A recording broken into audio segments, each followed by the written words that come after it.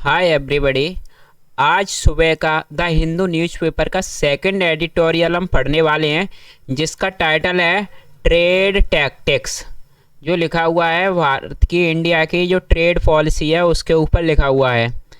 तो चलो इसका आर्टिकल को शुरू करने से पहले मैं आपको पहले बुकैब पे नज़र मारते हैं जो आज के आर्टिकल में यूज हुई है, जो एडिटोरियल में। तो सबसे हमारा जो पहला वर्ड है वो क्या है? टैक्टिक। टैक्टिक क्या होती है? जो आपकी जो तिगड़म, जो पैंतरेबाजी, जो आपकी कुशलता होती है उसको कहते हैं टैक्टिक्स, जो आपके दाव पेच होते हैं। तो इसका मीनिंग है, साइनोनिम्स होता है मैन्यूवर और एक है आपका मूव। देखो ये जो वर्ड है यहाँ पर मैन्यूवर, इसका मतलब होता है दाव पेच। तो इसे याद कैसे रखेंगे? इसको याद करने का, इसकी स्पेलिंग थोड़ी अलग है। जैसे MANO, इसको कहते हैं मेन्यू प्लस के EUVRE। मैन्यूवर होते हैं दाव पेच। जो हमारी जो तिगड़म होती है, जो पैंतरेबाजी होती है, उसको कहते हैं हमारी जो टैक्टिक्स क्या हैं। और एक आपका वर्ड है फिर सेकंड, रीवैम्प। रीवैम्प का मतलब होता है वैम्प, यानी किसी चीज़ को पुनर्निर्माण करना, उसका दोबारा से किसी चीज़ को यानी उसका ढांचा तैयार करना। मॉडर्नाइजेशन, ओवरहाउल। ओवरऑल होता है यानी पूरी तरह से किसी चीज़ को बदल देना, रीस्ट्रक्चर कर देना। रीवैम्प जिसका नाउन है ये। और एक होता है आपका स्टैटरिंग। स्टैटरिंग होता है, ये होता है लेकिंग कॉन्फिडेंस, यानी जो कॉन्फिडेंस की कमी को दिखाता है। स्टैटरिंग लड़खड़ाना, एक तरह से फंबल करते हैं हम या फिर लड़खड़ाते हैं। इसके साइनोनिम्स हैं स्टैमर, स्टम्बलिंग और फॉल्टरिंग। देखो आप जब अखलाते हो या तुतलाते हो तो आप स्टैमर करते हो या फिर स्टम्बल करते हो या फिर फॉल्टर करते हो। तो आप क्या करते हो? आपके अंदर कुछ कॉन्फिडेंस की कमी है, इस वजह से आप क्या कर रहे हो? अखला रहे हो या तुतला रहे हो। तो उसी को कहते हैं यहाँ पर स्टैटरिंग होता है, लड़खड़ाना, स्टम्बलिंग करना या अकलाना या तुतलाना। तो वहीं से ये वर्ड निकला है स्टैटरिंग। और आपका दूसरा वर्ड है रेन इन। देखो रेन इन क्या होती है? रेन इन होता है कंट्रोल करना, किसी चीज़ पर लगाम लगाना, कर्व। और एक है आपका कंट्रोल, ये भी नाउन है। रन अवे, रन होता है दौड़ना, अवे दूर, यानी जो भाग के दूर चला जाता है उसको क्या कहते हैं? आउट ऑफ कंट्रोल है, यानी जो हमारे बस से बाहर है, जो हमारे हाथ से निकल चुका हो उसको कहते हैं रन अवे। अब देखो ये क्या है? Roll out, sorry, roll out, roll back और आपका ये रोल ओवर, ये फ्रेज हैं। तो ये फ्रेज यूज कैसे होती हैं? देखो जैसे रोल आउट है, रोल आउट का मतलब होता है किसी चीज़ को लॉन्च करना या रिलीज करना या इंट्रोड्यूस या किक ऑफ। आपको ये आज वर्ड मिलेंगे, किक ऑफ और इंट्रोड्यूस और रिलीज। इनका सबका मतलब होता है किसी चीज़ को लेकर के आना या लॉन्च करना। इसका रोल बैक, इसका एंटोनियम्स होता है कैंसिल कर देना या विड्रॉ कर देना, वापस कर देना या कैंसिल कर देना। और रोल ओवर, रोल ओवर होता है जो चीज़ लगातार यानी कंटिन्यू करना, जारी करना, उसको कहते हैं रोल ओवर। अब एक और वर्ड है एक्सटेन्यूएटिंग। एक्सटेन्यूएटिंग क्या होती है? ये एडजेक्टिव है, यानी जस्टिफाइंग या एक्सक्यूजिंग। जो चीज़ जस्टिफाई है, जो बिल्कुल सही है। जो एक्सटेन्यूएटिंग सरकमटेंसेस, एक्सटेन्यूएटिंग जो वर्ड है आपने ज़्यादातर सरकमटेंसेस के साथ में यूज करते हुए देखा होगा, क्योंकि जो कुछ परिस्थितियों के हिसाब से जो हम कुछ चेंजेस ला देते हैं तो उसको कहते हैं कि ये चेंज, जो बदलाव आए हैं वो एक्सटेन्यूएटिंग सरकमटेंसेस की वजह से, यानी जो जस्टिफाइंग है बिल्कुल, यानी सही है। और ऐसे ही एक वर्ड है यहाँ पर पुट ऑफ। पुट ऑफ का मतलब होता है किसी चीज़ में देरी करना, डिले करना, टालना या पोस्टपोन करना या फिर होल्ड ऑफ। होल्ड ऑफ भी होता है पुट ऑफ का साइनोनियम्स है, यानी किसी चीज़ को हम दूर रख देते हैं, उसको क्या कर देते हैं? देरी कर रहे हैं, उसमें साइड में रख दी है या फिर उसे टालने की कोशिश कर रहे हैं, पोस्टपोन कर रहे हैं या फिर डिफर कर रहे हैं या होल्ड ऑफ। एक आपकी ये फ्रेज है cash in on. Cash in on होता है take benefits of a situation, यानी किसी परिस्थिति का फ़ायदा उठाना, यानी मौके पर चौका मारना, यानी मौका पाकर चौका मारने का जो काम होता है, कैश इन ऑन। ऐसे ही देखो ये इनबाउंड और आउटबाउंड, जैसे इन प्लस के बाउंड, यानी जो ऐसे बॉन्ड जो इनकमिंग होते हैं, जो बॉन्ड आते हैं उनको क्या कहते हैं, इनकमिंग। और जो आउट हो रहे हैं, जो बाहर जा रहे हैं, उन बॉन्डों को क्या कहते हैं, आउट गोइंग। यानी जो बाहर जाने वाले होते हैं उसको कहते हैं आउट गोइंग, जो आने वाले होते हैं उसको कहते हैं इन बॉन्ड। और एक वर्ड है आपका ये वॉलेस्टर। वॉलेस्टर होता है किसी चीज़ को सपोर्ट करना, समर्थन देना, ये वर्ब है। इसके साइनोनियम्स हैं ये बटरेस। बटरेस भी किसी चीज़ को हम सपोर्ट करते हैं। अंडरपिन, अंडरपिन यानी सहारा देना, किसी चीज़ को सपोर्ट करते हैं। अंडरपिन, अंडरग्रेड, और एक आपका ये सपोर्ट। एक वर्ड है इनंसिएट। इनंसिएट क्या होता है, किसी को साफ साफ यानी सीधे शब्दों में बोलना किसी बात को, यानी बहुत ही ज़्यादा स्पष्ट रूप से सीधे सीधे बताना, उसको कहते हैं आर्टिकुलेट। या स्टेट क्लियरली, किसी बात को बिल्कुल साफ सीधे शब्दों में बोलना, इनंसिएट, आर्टिकुलेट, स्पष्ट रूप से बताना। और एक आपका वर्ड है बफल। बफल क्या होती है, वर्ब होती है जिसका मतलब होता है परप्लेक्स या कन्फ्यूज हो, परप्लेक्स हो जो भ्रमित होता है, फजल होता है। और एक होता है आपका विविल्डर, जो बहुत ही ज़्यादा यानी कॉम्प्लेक्सिटी की वजह से कंफ्यूज होता है, दुविधा में होता है, उसको कहते हैं वफल है, बिल्कुल कंफ्यूज है ये। और एक आपका वर्ड है डिपेंड या डिपेंडेंट ऑन। इसके बाद में देखो ये प्रपोजिशन फिक्स है, ऑन आएगी या अपन आएगी, डिपेंड ऑन या डिपेंड अपन। ऐसे ही ये वर्ड हैं दूसरे जो हिंज ऑन या हिंज्ड ऑन या फिर हिंज अपन या फिर रिलाई ऑन या रिलाई अपन,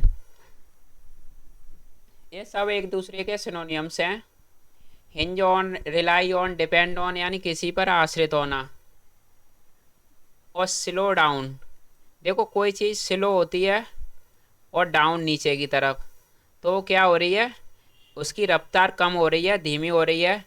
डाउन प्लस के टर्न, डाउन टर्न या रिसेशन, रिसेशन हो रहा है यानी मंदी आ रही है उसमें, या फिर वो नीचे की तरफ आ रही है, उसकी रफ्तार क्या है, धीमे धीमे कम हो रही है, उसको कहते हैं स्लो डाउन। एक वर्ड है देखो ये डिफ़र। डिफ़र का मतलब होता है स्थगित करना, टालना या डिले करना, देरी करना। पोस्टपोन, और ये पुट ऑफ, जो ऊपर अभी हमने डिस्कस किया था ये word differ, put off, delay, postpone, ये देखो यहाँ पर बताया था put off, delay, postpone, hold of, यहाँ पर भी ये रिपीट हुआ है दोबारा। ऐसे ही एक वर्ड है लेग अप।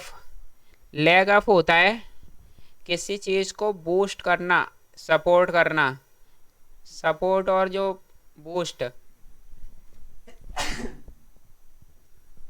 सॉरी, देखो जैसे हम किसी भी तरफ से किसी चीज़ को सपोर्ट देते हैं उसको कहते हैं लेग अप कर रहे हैं, सपोर्ट बूस्ट कर रहे हैं, उसको बढ़ावा देना, बढ़ावा दे रहे हैं। ऐसे ही एक बफर। बफर क्या है, नाउन है, यानी जो सेफ्टी और जो मार्जिन होता है उसको कहते हैं बफर। अब जैसे ए है और मैं यहाँ से इसमें से जो साइड साइड से ये इतना इतना, इसका इतना इतना, इसे मार्जिन दे देता हूँ, बाहर बाहर का ये हटा देता हूँ, तो इसको कहते हैं, इस वाले एरिया को क्या कहेंगे, ये मार्जिन है, इसमें इतना क्या है, ये मार्जिन। तो यही सेफ्टी और जो सेफ्टी, सुरक्षित, और या फिर मार्जिन, ये बफर का मीनिंग होता है। और ये है आपका रिकंसीडर।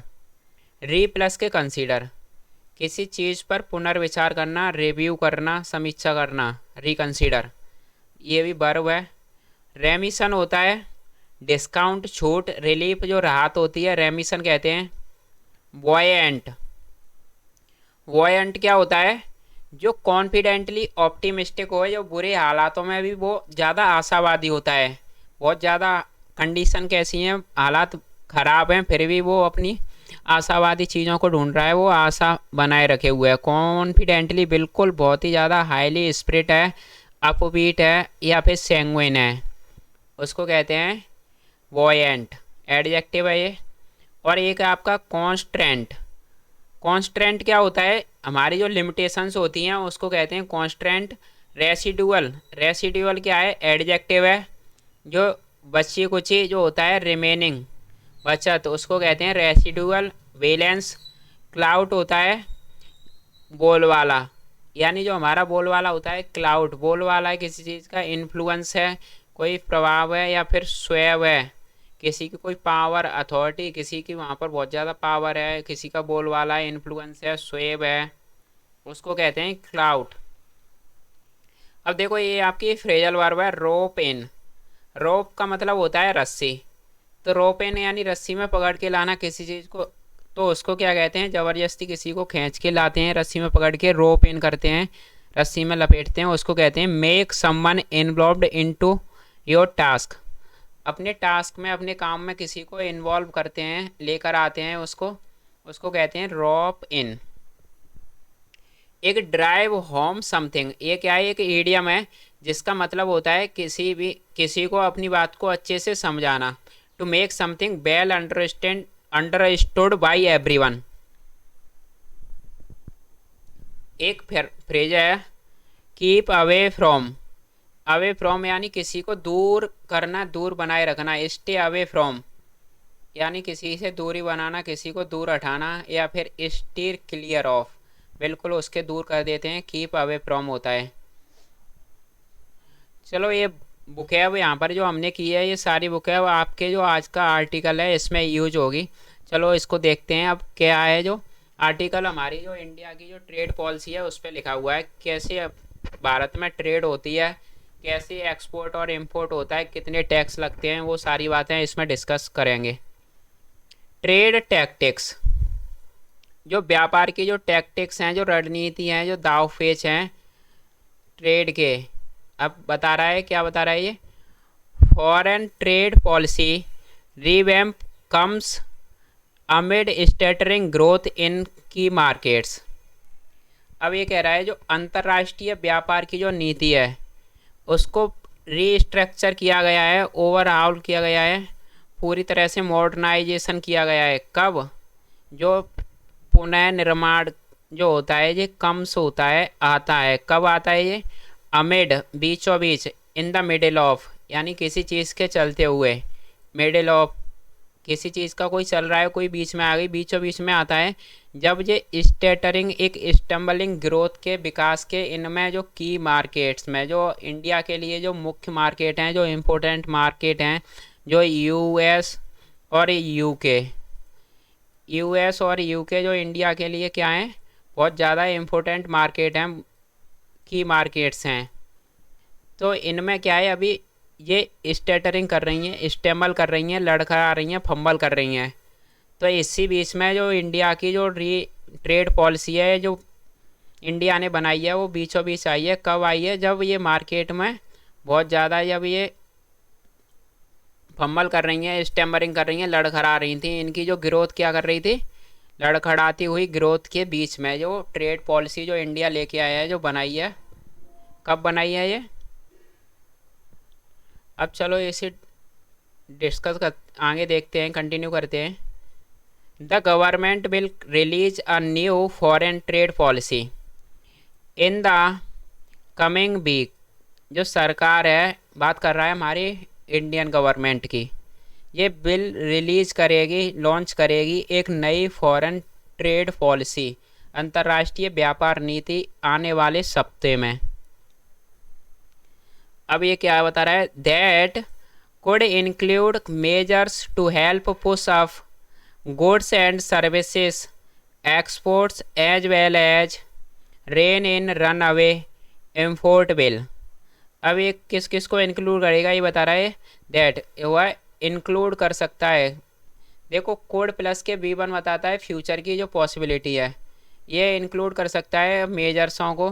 कौन से मेजर्स हैं, कौन से वो स्टेप्स हैं जो हेल्प करेंगे पुशअप करने में, उठाने में, गुड्स एंड सर्विसेज के जो एक्सपोर्ट्स हैं उनको जो उठाने में हेल्प करेंगे, उन वाले स्टेप्स को ये शामिल कर सकता है। और साथ ही साथ एज वेल और एज, ये क्या करेगा? कर्व करेगा, कंट्रोल करेगा, रेन इन होता है कंट्रोल करना, किन पर? जो रन अवे है, जो आउट ऑफ कंट्रोल हैं, जो इम्पोर्ट बिल, जो आयात के जो बिल हैं जो आउट ऑफ कंट्रोल हैं उन पर ये कंट्रोल करेगा इस चीज़ के साथ ही साथ, और जो एक्सपोर्ट के गुड्स और सर्विसेज को भी उठाएगा। ये जो नई पॉलिसी आएगी यहाँ पर देखो, आपके जो गवर्नमेंट है ये आपका क्या है, सब्जेक्ट है, और ये बिल रिलीज यहाँ पर आपकी वर्ब है। दैट यहाँ पर आपकी जो सब्जेक्ट है, और जो कुड क्या है, इंक्लूड आपकी जो वर्ब है। सारे आर्टिकल में मैंने सब्जेक्ट और वर्ब को मार्क किया हुआ है। जो आपके रेड है वो सब्जेक्ट है, और जो ब्लू कलर है आपकी क्या है, वर्ब है। चलो आगे चलते हैं। The current trade policy was introduce इन 2015। जो करेंट जो वर्तमान में जो ट्रेड की जो व्यापार की जो नीति जो चल रही है उसे इंट्रोड्यूस किया गया था कब, 2015 में, यानी 15 में इसको इंट्रोड्यूस लेके आ गया था, लॉन्च किया गया था। जो अभी ट्रेड पॉलिसी जिससे हम ट्रेड करते हैं फॉरेन दूसरी कंट्रियों के साथ में, when its 5 year term ended a week after the national lockdowns to curb the pandemic. अब ये कह रहा है कब, ये जब इसके 5 year टर्म एंड हो गई थी, 5 साल का जो इसका जो टर्म था, जो इसका वक्त था वो ख़त्म हुआ था एक सप्ते के बाद में। नेशनल लॉकडाउन के जो लॉकडाउन लगा था उसके एक सप्ते के बाद में ये क्या थी, जो हमारी जो ट्रेड पॉलिसी थी उसका वक्त क्या था, जो टर्म था वो ख़त्म हो गया था। और ये लॉकडाउन लगा था कर्व करने के लिए, महामारी को कंट्रोल करने के लिए।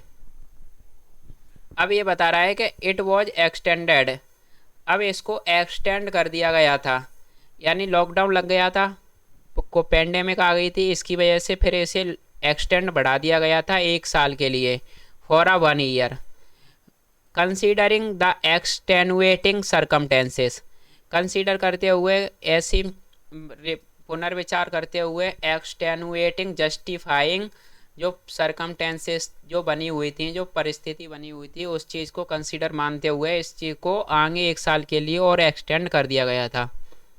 अब यहाँ पर आपकी जो वर्ब है ये इंडेड वर्ब है, इसकी टर्म जो आपका सब्जेक्ट है, और जो करेंट पॉलिसी ट्रेड इसकी सब वर्ब है आपका जो वॉज इंट्रोड्यूस, और इट की वर्ब है आपकी वॉज एक्सटेंडेड।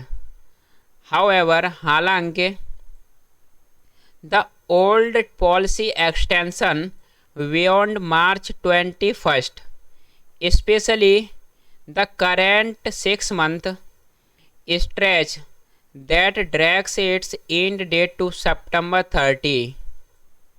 अब ये कह रहा है कि जो ओल्ड पुरानी जो पॉलिसी के जो नीति का जो एक्सटेंशन जो होता है बढ़ाने का जो काम था, जो बियॉन्ड March 2021 के बाद भी, यानी जो हमारी फाइनेंशियल ईयर शुरू होती है मार्च में, तो हमें इसको March 2020 से पहले ही इसको क्या करना था, रिन्यू करना था। लेकिन इसके मार्च के बाद भी स्पेशली मुख्य रूप से विशेष रूप से जो करेंट 6 मंथ स्ट्रेच, जो हाल ही के जो 6 मंथ जो स्ट्रेच खींचा गया है, कि जो ड्रैग करते हैं इसको खींच कर लाते हैं, ड्रैग सेट करते हैं इसकी एंड डेट तक, जो एंड डेट है September 30, यानी जो 30 सितंबर की जो जिसकी एंड डेट है, जो अंतिम डेट तक इसको खींच के लाते हैं। ये क्या है, आर नॉट एज अंडरस्टैंडेबल, ये अंडरस्टैंडेबल नहीं है, समझने योग्य नहीं है, समझने लायक नहीं है। क्यों नहीं है, क्योंकि चलो 1 साल के लिए इसे एक्सटेंड किया गया था कोविड पेंडेमिक की वजह से, लेकिन 2021 से इसे 1.5 साल के लिए और स्ट्रेच कर दिया गया। अभी हमारी जो फाइनेंशियल ईयर है वो अप्रैल में शुरू होती है, तो जो हमारी जो ट्रेड पॉलिसी बनाई जाती थी जो अप्रैल से पहले बनाई जानी थी, लेकिन इसने 6 मंथ और स्ट्रेच कर दिए, आगे बढ़ा दिए थे। अब ये बीचों बीच में बना रहे हैं जो, अब ये कह रहा है beginning the new policy in the middle of a financial year, unlike the traditional clean slate in a new fiscal year is not ideal। अब ये कह रहा है यहाँ पर देखो वर्ब की आईएनजी फॉर्म, इसको ये जीरंड है, जो जीरंड है नाउन का काम करता है, जिसको सेंटेंस का सब्जेक्ट बनाया गया है। तो बिगनिंग में शुरुआत में, किसकी शुरुआत में, न्यू पॉलिसी की जो शुरुआत है इनमें मिडिल में, हमारी जो फाइनेंशियल ईयर के मिडल में, जो बिल्कुल अनलाइक है, उल्टी है ट्रेडिशनल, जो परंपरागत रूप से जो नई शुरुआत होती है, क्लीन स्लेट होती है, किसी चीज़ की नई शुरुआत एकदम क्लीन स्लेट, इनमें न्यू फिस्कल ईयर में। अब हमारी जब नई फाइनेंशियल ईयर शुरू होती है तभी ट्रेडिशनल रूप से हमारी जो फॉरेन पॉलिसी थी ये बनाई जाती थी। तो इसकी जो शुरुआत जो मिडिल में हो रही है हमारे फाइनेंशियल ईयर के, ये बिल्कुल क्या है, अनलाइक है ट्रेडिशनल पॉलिसी के, जो इज नॉट आइडियल, जो आदर्श नहीं है। अब देखो ये फिस्कल ईयर और फाइनेंशियल ईयर दोनों क्या होते हैं, वित्तीय जो वर्ष होते हैं उसको फाइनेंशियल ईयर कहते हैं या फिर फिस्कल ईयर कह बोलते हैं। ठीक है, यहाँ पर बिगनिंग इसकी वर्ब है आपकी एज। अब ये कह रहा है moreover exports have been one of the few growth engines fire up post covid recovery, so putting off a policy to bolster outbound shipments was baffling। अब ये देखो बता रहा है मोर ओवर, मोर ओवर क्या होता है, जो ऊपर जो चीज़ हुई है उससे भी ऊपर, ये जो ऊपर हुआ है इससे भी ऊपर मोर ओवर। इसके अतिरिक्त जो एक्सपोर्ट्स हैं, जो हमारे निर्यात हैं, जो हैव बीन रहे हैं, क्या रहे हैं, वन एक रहे हैं, फ्यू ग्रोथ इंजन में से एक रहे हैं। और जो ग्रोथ इंजन कौन से हैं, जो फायर अप कर रहे थे पोस्ट कोविड रिकवरी को, जो पोस्ट कोविड रिकवरी को आगे ले जा रहे थे, फायर अप करना किसी चीज़ को आगे चलाना, जो पोस्ट कोविड यानी कोरोना के बाद में जो रिकवरी कर रहे थे, आगे चला रहे थे, जो ग्रोथ इंजन वो एक्स रहे हैं, एक रहे हैं। और इसीलिए सो ताकि पुटिंग ऑफ मैंने बताया यहाँ पर hold of, putting of delay करना, देरी करना का जो काम है एक पॉलिसी के लिए जो है उसको सपोर्ट करने के लिए, बॉलिस्टर करने के लिए, किस चीज़ को, जो हमारे निर्यातिक जो जहाज हैं, आउटबाउंड होता है जो बाहर ले जाने वाले होते हैं, शिपमेंट्स जो जहाज, जो निर्यात करने वाले जो जहाज़ों को सपोर्ट करने के लिए जो देरी का काम था, ये बहुत ही ज़्यादा वॉज बफलिंग, बहुत ज़्यादा कन्फाउंड रहा है, पजलिंग रहा है, परप्लेक्स रहा है, भ्रमित करने वाला रहा था। अब यहाँ पर ये फुटिंग ऑफ इसकी वर्ब है वॉज बैफलिंग। अब यहाँ ये बता रहा है enunciating India's strategy to cash in on a world seeking to become less dependent on China would also enable exporters and importers to plan their investment ahead। अब ये कह रहा है इनंसिएटिंग होता है जो स्पष्ट रूप से, सीधे साफ तौर पर, जो इंडिया की जो सीधे सीधे स्पष्ट रूप से बताते हुए जो इंडिया की स्ट्रेटजी थी, क्या थी कि टू कैश इन करने की, एक वर्ल्ड को कैश इन करने की, एक वर्ल्ड को, एक दुनिया जो कोशिश कर रही थी, तलाश में थी, बिकम बनने की, लेस डिपेंडेंट एक कम निर्भर, ऑन पर चाइना पर, जो बुड होगा ऑल्सो इनेबल होगा, योग्य होगा, सक्षम होगा एक्सपोर्टर्स में और इम्पोर्टर्स को टू प्लान करने में, उनके इन्वेस्टमेंट के लिए अहेड यानी महीने की शुरुआत में ही, पहले ही साल के शुरुआत में, यानी पहले से ही वो प्लान कर पाएँ अपनी इन्वेस्टमेंट करने के लिए। अब यहाँ पर ये क्या है, इनंसिएटिंग आपकी जो सब्जेक्ट है इसकी वर्ब क्या है कि वुड ऑल्सो इनेबल होगा, ये सक्षम होगा एक्सपोर्टर्स के लिए, क्या वो अपने प्लान पहले से ही पहले प्लान करें अपने इन्वेस्टमेंट के लिए। कैश इन ऑन होता है एक मौका पाकर चौका मारने की जो कंडीशन होती है उसको कहते हैं कैश इन ऑन। अब इंडिया की यही स्ट्रेटजी थी कि जब दुनिया क्या कर रही है, एक तो तलाश में थी बहुत ही चाइना पे कम डिपेंडेंट होने की, तभी इंडिया क्या कर रहा है कि चाइना को रिप्लेस करना चाह रहा है एक फॉरेन ट्रेड पॉलिसी में। अब यहाँ पे कह रहे हैं last January a WTO complaint export incentive scheme was kicked off. अब ये कह रहा है लास्ट जनवरी में WTO कंप्लाइंट, जो WTO होता है वर्ल्ड ट्रेड ऑर्गेनाइजेशन की जो कंप्लाइंट थी, जो कंप्लाई थी क्या थी, जो एक्सपोर्ट इंसेंटिव स्कीम होती है, जो उसमें एक्सपोर्ट्स को कुछ इंसेंटिव्स दिए जाते हैं, वो वाली स्कीम जो लाई गई थी वो के कंप्लाइंट थी बिल्कुल। इससे WTO को कोई भी शिकायत नहीं थी। ये वॉज केक्ड ऑफ, इसे लॉन्च किया गया था, केक्ड ऑफ करना, लॉन्च करना, रोल आउट, रिलीज करना, इंट्रोड्यूस किया गया था टू के लिए, किसके लिए, रिफंड करने के लिए जो डोमेस्टिक्स, जो घरेलू जो टैक्स जो दरें थी, टैक्स जो कर थे एक्सपोर्टर्स के लिए। ये जो स्कीम थी इसमें इंसेंटिव मिलेगा एक्सपोर्ट्स को, जो उन पर, और उनको रिफंड किया जाएगा जो उन पर जो घरेलू जो टैक्स लगाए जाते थे एक्सपोर्टर्स पे, उसको ये रिफंड करेंगे।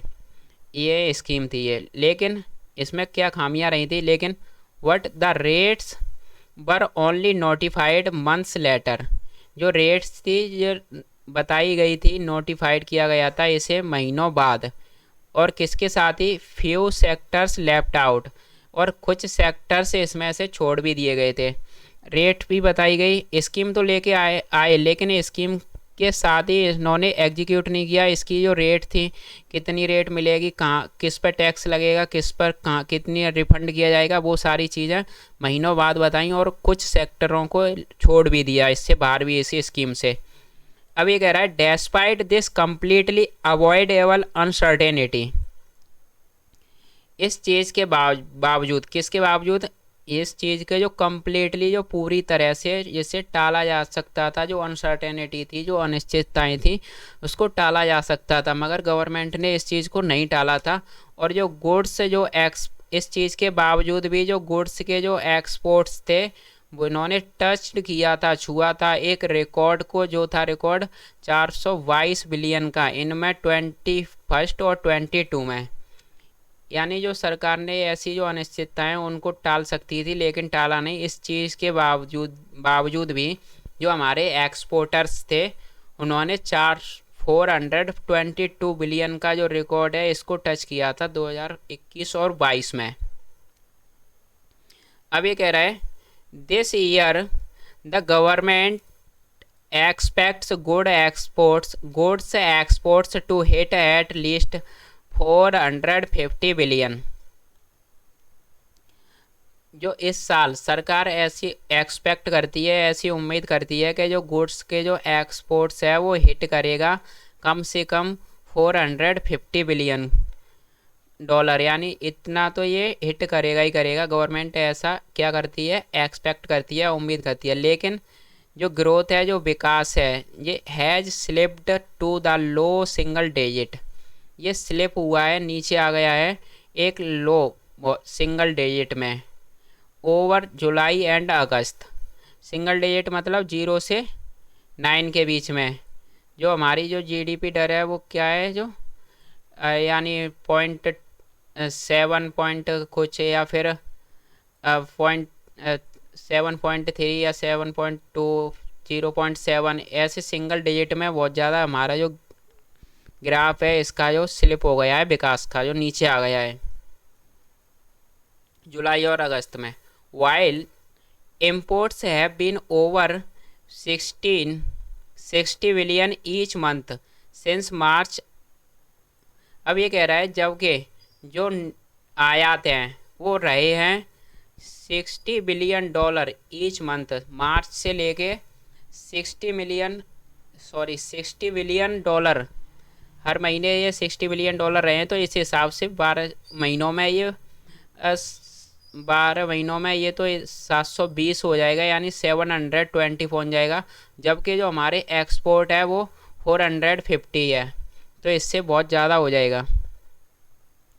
अब ये कह रहा है a global growth slow down and recession fears in Europe and US do not augur well.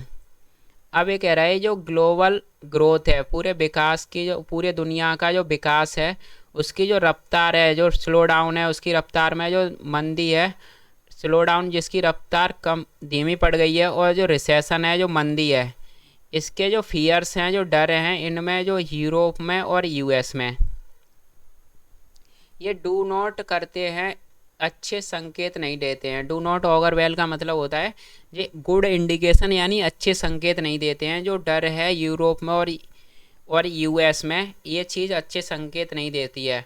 और पूरी दुनिया में जो विकास की जो दर है वो तो उसकी रफ्तार धीमी पड़ गई है और मंदी छाई हुई है पूरी दुनिया में अभी मार्केट्स में। अब यहाँ पर देखो स्लो डाउन एंड रिसेशन, इसकी वर्ब है यहाँ पर डू नॉट। आपके दो सब्जेक्ट हैं ये, सॉरी एंड से दो चीज़ों को जोड़ के बताया गया है, तो इसके लिए वर्ब कैसी आई है, सिंगुलर, सॉरी प्लूरल वर्ब का यूज हुआ है। सिंगुलर होता है डज और प्लूरल है इसका डज का डू। अब ये कह रहा है and though order books are still full, and यद्यपि हालांकि जो ऑर्डर जो बुक्स हैं जिनमें ऑर्डर मिले हुए हैं वो क्या हैं, अभी फुल हैं, स्टिल अभी भी फुल हैं। और many buyers are seeking to deter deliveries, अब बहुत से बायर्स कोशिश में तलाश में हैं कि वो डिफ़र करें, डिले करें, पोस्टपोन करें, उनकी जो डिलीवरीज हैं उनको वो पोस्टपोन करने की तलाश में है, कोशिश कर रहे हैं बहुत सारे बायर्स के। अभी जो सिचुएशन है वो ठीक नहीं है, इस वजह से वो अपने पोस्टपोन करना चाह रहे हैं अपनी डिलीवरीज को। और उनके जो ऑर्डर बुक्स हैं वो तो अभी भी फुल हैं, बहुत सारे हमारे एक्सपोर्ट्स को ऑर्डर मिले हुए हैं। अभी कह रहा है the new policy will have to find ways to provide a leg up to exports and address some of industry की। अब ये कह रहा है कि जो नई पॉलिसी जो नई नीति है ये विल हैव होगी, क्या होगी, टू फाइंड करेगी तरीकों को, कौन से तरीके को, जो प्रोवाइड करेंगे, जो सब उपलब्ध कराएंगे एक सपोर्ट, एक बूस्ट, एक बढ़ावा किसके लिए, एक्सपोर्ट्स के लिए। और ये एड्रेस करेंगे, संबोधित करेंगे कुछ इंडस्ट्री के की कंसर्न को, जो इंडस्ट्री के जो मुख्य जो कंसर्न है, चिंताएं, उनको भी एड्रेस करेंगे।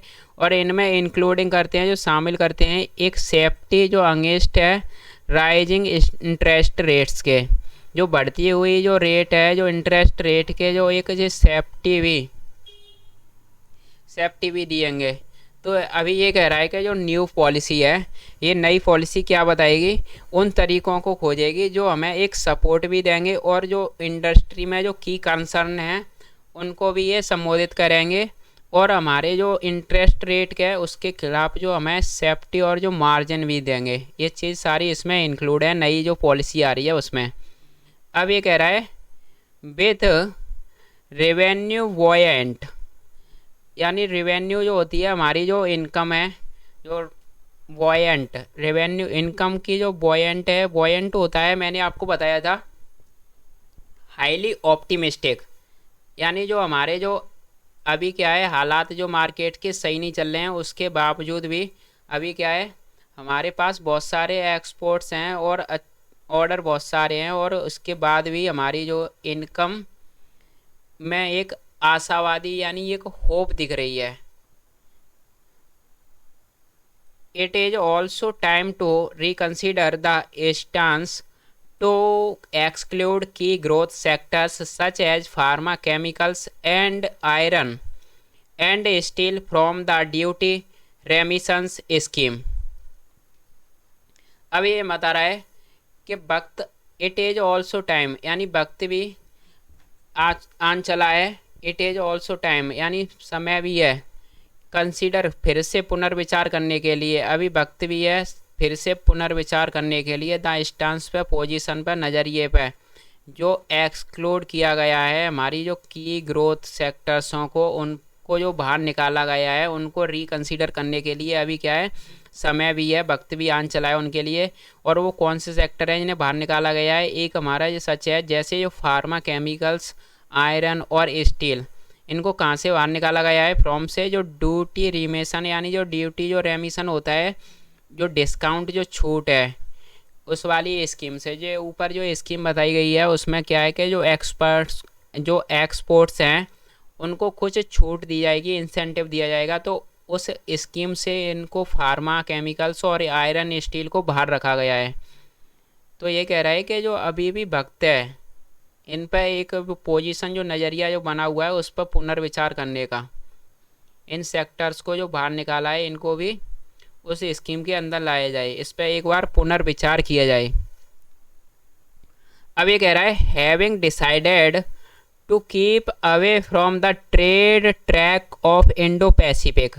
हैविंग डिसाइडेड, यहाँ पर ये क्या है, डिसाइड कर चुकने के बाद में, परफेक्ट पार्टिसिपल, यानी इस चीज़ को डिसाइड करने के बाद में, क्या डिसाइड करने के बाद में कि कीप अवे फ्रॉम, दूर बने रहना, ट्रेड के ट्रैक से, व्यापार का जो ट्रैक है उससे, कहाँ पर, ऑफ का जो इंडो पैसिफिक में, इंडो पैसिफिक में जो ट्रेड के ट्रैक से बाहर दूर बने रहना, इस चीज़ का डिसाइड कर लेने के बाद में जो इकोनॉमिक फ्रेमवर्क फॉर नाउ, अभी के लिए, इंडो पैसिफिक इकोनॉमिक फ्रेमवर्क से फॉर नाउ, अभी के लिए, और जो असरेशंस हैं that the government has no bandwidth left for new free trade pact negotiation. अब ये कह रहा है कि जो असरेशन से जो जोर दिया गया है कि दैट के जो गवर्नमेंट के पास हैज़ नो, जो हमारी भारत सरकार की बात कर रहा है कि जो इंडियन सरकार के पास कोई भी गुंजाइश नहीं है, बैंड वेड्थ होती है, वेड्थ होती है, कोई भी गुंजाइश, यानी बैंड वेड्थ का मतलब गुंजाइश न रहना, कोई भी गुंजाइश नहीं है, लेफ्ट है, बची है फॉर के लिए, न्यू फ्री ट्रेड पैक्ट के लिए, जो नए जो फ्री ट्रेड पैक्ट हैं उनके लिए नेगोशिएट करे, उसके लिए कोई भी गुंजाइश नहीं बची है।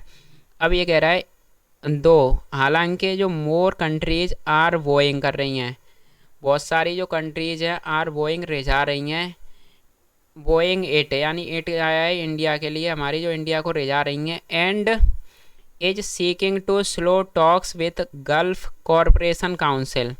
अब ये कह रहा है एंड जो असरेशंस हैं, इज है कि हम कोशिश कर रहे हैं धीमा करना बातचीत, किसके साथ में, जीसीसी के साथ में, ग्लोबल गल्फ कॉरपोरेशन काउंसिल के साथ में, जो आर है अननेसेसरी है।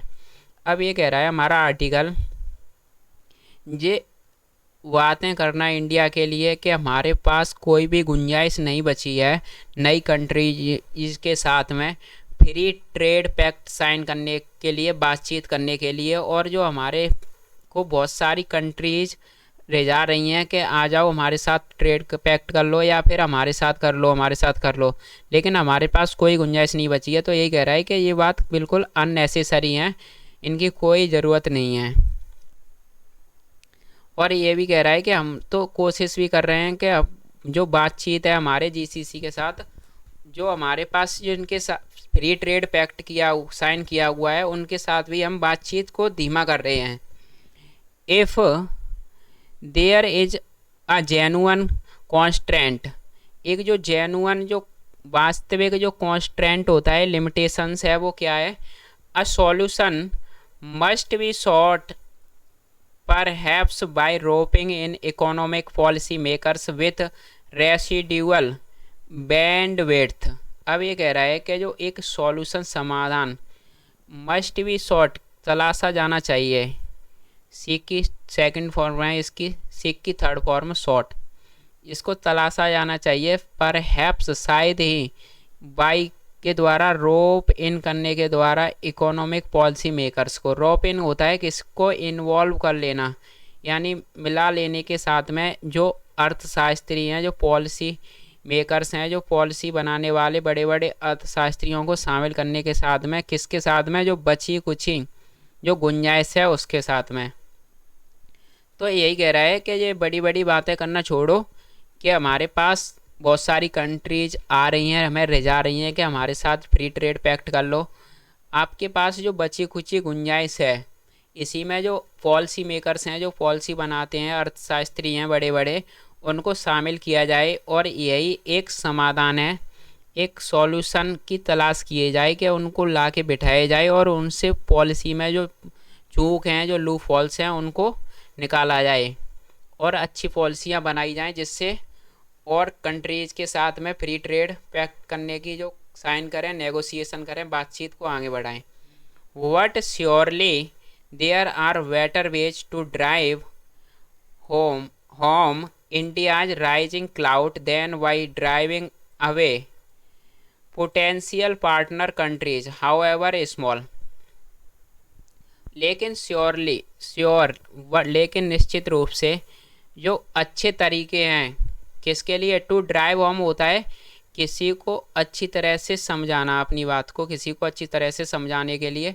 तो यही कह रहा है जो अच्छे तरीके हैं टू ड्राइव होम करने के लिए, अच्छी तरह से इस बात को डालने के लिए, किसी दूसरे के दिमाग में डालने के लिए, बताने के लिए क्या कि जो इंडियाज़ की राइजिंग क्लाउड, इंडियाज़ का जो बढ़ता हुआ जो बोलबाला है उस चीज़ को यानी बताते हुए समझाते हुए अच्छे तरीके क्या हैं, देन की बजाय उनको ड्राइव अवे करना, दूर करना पोटेंशियल पार्टनर कंट्रीज को, जो संभावित जो पार्टनर कंट्रीज हैं उनको दूर करने की बजाय उनको ये समझाना चाहिए, चाहे जितने भी वो स्मॉल यानी छोटे कितने भी हों, चाहे जितने भी वो छोटे पार्टनर कंट्रीज हों, उनको भी दूर करने की बजाय अपनी जो इंडिया की जो बढ़ती हुई बोलबाला है उस चीज़ को समझाना चाहिए। आज का सेशन यहीं पर रैप अप करते हैं।